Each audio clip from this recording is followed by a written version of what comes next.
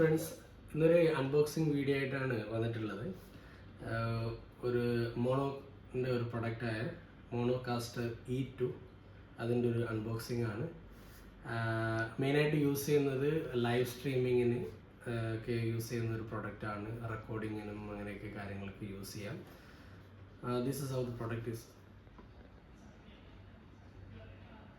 Okay, so the model is called Monocaster E2, the podcasting console.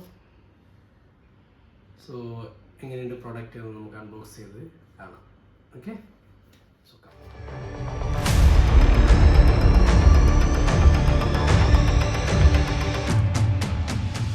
So ഇതിൻ്റെ അകത്തുള്ള സാധനങ്ങൾ നമ്മൾ ചെക്ക് ചെയ്യാം. ആദ്യമായിട്ട് മോണോകാസ്റ്ററിൻ്റെ മാനുവൽ ഉണ്ട്, go through. അതുപോലെ തന്നെ ഇതും അതിൻ്റെ ഒരു മാനുവലാണ്, എങ്ങനെ കണക്ട് ചെയ്യുക അങ്ങനെയൊക്കെ.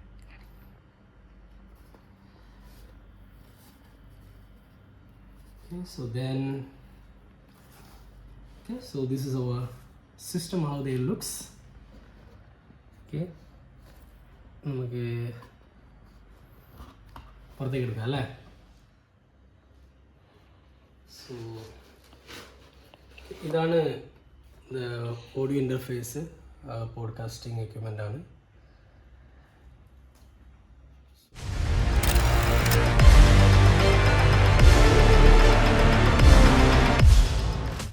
കുറേ ബട്ടൺസ് ഉണ്ട്, കുറേ നോബ്സ് ഉണ്ട്. ഇതിനെക്കുറിച്ച് ഒരു കുന്തും അറിഞ്ഞൂടാ, ഇങ്ങനെയല്ല പഠിക്കലല്ലേ. സോ വേറെ ഇതിൻ്റെ അകത്ത് വരുന്ന വേറെ ആക്സസറീസ് ആണ്.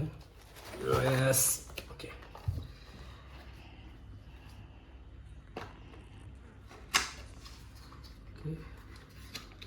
കേബിൾ,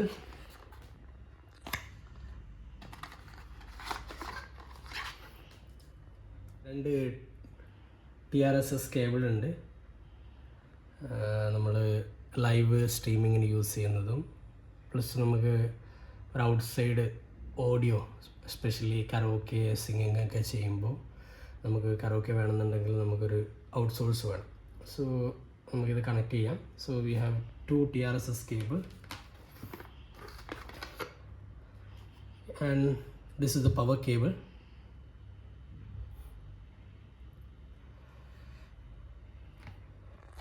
ഈ ഓഡിയോ ഇൻ്റർഫേസിൽ നമുക്ക് മൈക്ക് കണക്ട് ചെയ്യാൻ പറ്റുന്ന 2 പോർട്ടുണ്ട്. ഒന്നിവിടെ XLR കേബിൾ, നമുക്കിവിടെ XLR കേബിൾ കണക്ട് ചെയ്യാം. ഇതാണ് മൈക്ക് 1, ഇത് മൈക്ക് 2. മൈക്ക് 2ൽ നമുക്ക് 3.5 ജാക്ക് ഇവിടെ നമുക്ക് കണക്ട് ചെയ്യാം. അപ്പോൾ 2 മൈക്ക് യൂസ് ചെയ്യുന്നുണ്ടെങ്കിൽ നമുക്ക് 2 മൈക്ക് ഇതിൽ യൂസ് ചെയ്യാൻ പറ്റും. പ്ലസ് ഒരു അഡ്വാൻറ്റേജ് ആയിട്ട് ഈ ഒരു ഓഡിയോ ഇൻ്റർഫേസിൻ്റെ അഡ്വാൻറ്റേജ് എന്ന് വെച്ചാൽ ഇതിൽ നമുക്ക് 48 വോൾട്ട് ഫാൻറ്റം പവർ ഉണ്ട്. അപ്പോൾ നമുക്കൊരു കണ്ടൻസർ മൈക്ക് യൂസ് ചെയ്യണമെന്നുണ്ടെങ്കിൽ കണ്ടൻസർ മൈക്ക് യൂസ് ചെയ്യാം. ഇവിടെ കണ്ടൻസർ മൈക്ക് കണക്ഷൻ ചെയ്തതിന് ശേഷം ഇവിടെ 48 വോൾട്ട് നല്ല ഫാൻറ്റം പവർ ഉണ്ട്. ഇത് ഓണാക്കി കഴിഞ്ഞാൽ നമുക്കത് ആക്ടിവേഷനായിട്ട് കിട്ടുന്നതാണ്. പിന്നെ മെയിനായിട്ട് ഇവിടെ പവർ ബട്ടൺ ഉണ്ട്.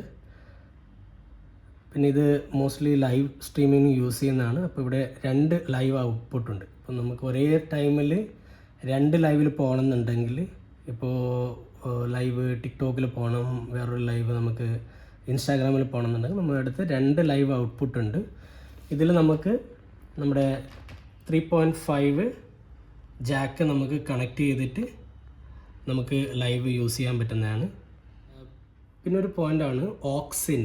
ഈ ഓക്സിൻ എന്ന് വെച്ചാൽ മോസ്റ്റ്ലി നമ്മൾ കരോക്കെ ലൈവ് സ്ട്രീമിംഗ് ഒക്കെ ചെയ്യുമ്പോൾ നമുക്ക് ബാക്ക്ഗ്രൗണ്ട് വോയിസ് വേണമെന്നുണ്ടെങ്കിൽ, ബാക്ക്ഗ്രൗണ്ട് സൗണ്ട് വേണമെന്നുണ്ടെങ്കിൽ നമുക്ക് ഓക്സിൽ കണക്ട് ചെയ്ത്, ഓക്സിൽ നമുക്ക് 3.5 ജാക്ക് യൂസ് ചെയ്തിട്ട് ഓക്സിൽ കണക്ട് ചെയ്തിട്ട് ഇത് നമുക്ക് കമ്പ്യൂട്ടറായിട്ടോ ഐപാഡായിട്ടോ കണക്ട് ചെയ്തിട്ട് നമുക്ക് ബാക്ക്ഗ്രൗണ്ട് മ്യൂസിക് എടുക്കാൻ പറ്റുന്നതാണ്. പ്ലസ് ലൈവ് സ്ട്രീമിങ്ങിനും നമുക്ക് ഇതേ കേബിൾ യൂസ് ചെയ്യാം. പക്ഷേ എസ്പെഷ്യലി നിങ്ങൾ ഐഫോൺ യൂസേഴ്സ് ആണെങ്കിൽ ഐഫോണിന് നോർമലി നിങ്ങൾക്ക് ഓഡിയോ ജാക്കില്ല. അപ്പോൾ അതിന് ലൈറ്റ്നിങ് അഡാപ്റ്റർ യൂസ് ചെയ്തിട്ട്, ഓഡിയോ അഡാപ്റ്റർ യൂസ് ചെയ്തിട്ട് നമുക്കത് കണക്ട് ചെയ്യാൻ പറ്റുന്നതാണ്. അതായത് ഇതുപോലത്തെ ലൈറ്റ്നിങ് ഓഡിയോ അഡാപ്റ്റർ കിട്ടും. Normally once you buy also, അതായത് ഐഫോൺ വാങ്ങുന്ന സമയത്തിന് കിട്ടുന്നതാണ്. അപ്പോൾ ഇത് നമുക്ക് കണക്ട് ചെയ്തിട്ട് ഇതിവിടെ കണക്ട് ചെയ്താൽ നമുക്ക് ലൈവിൽ പോകാൻ പറ്റുന്നതാണ്. ഇതിൻ്റെ കൂടുതൽ കണക്ഷനും ഇതിൻ്റെ ഓരോരോ കീയെ കുറിച്ചിട്ട് നമുക്ക് വേറൊരു വീഡിയോയിൽ ചെയ്യുന്നതായിരിക്കും മോസ്റ്റ് ബെസ്റ്റ്.